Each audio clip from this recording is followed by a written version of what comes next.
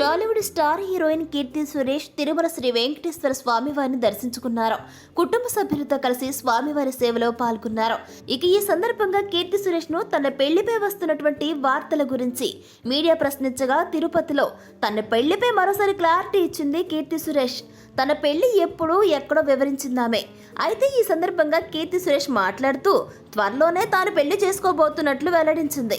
గోవాలో వచ్చే నెల తన వివాహం జరగనుందని చెప్పుకొచ్చింది. పెళ్లి దగ్గర పడుతుండటంతో శ్రీవారి దర్శనం కోసం తిరుమలకు వచ్చినట్లు వెల్లడించింది. డిసెంబర్ 11, 12వ తేదీల్లో తమ వివాహం జరగనుందని స్వయంగా తెలిపారు కీర్తి సురేష్. అలాగే నెక్స్ట్ తను చేసినటువంటి బేబీ జోన్ సినిమా రాబోతుందని తెలిపింది. ఇకపోతే తన చిన్ననాటి స్నేహితుడైనటువంటి యాంటోనీతో చాలా కాలంగా ప్రేమలో ఉంది ఈ భామ. దాదాపు 15 ఏళ్ల రిలేషన్లో ఉన్న కీర్తి పెద్దలను ఒప్పించి మరీ వచ్చే నెల గోవాలో వివాహం చేసుకోబోతుంది.